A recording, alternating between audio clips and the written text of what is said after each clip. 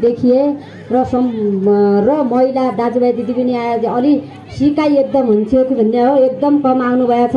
र यो बालबालिका बिहे गर्नुहुन्न भनेर हामीले काउन्सिल पनि ल्याएका थियौँ। गाउँमा टोलमा बस्तीमा गएर पनि हामीले सल्लाह सुझाव दिएका छौँ।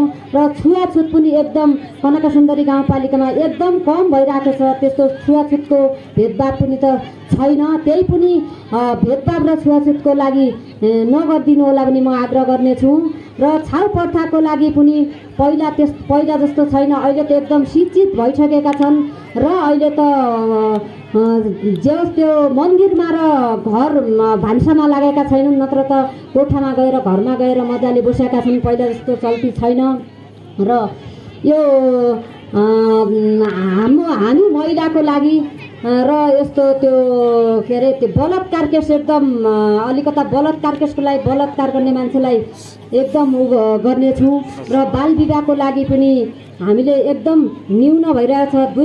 5 र 5 वडामा बाल विवाह घोषणा भइसकेको छ।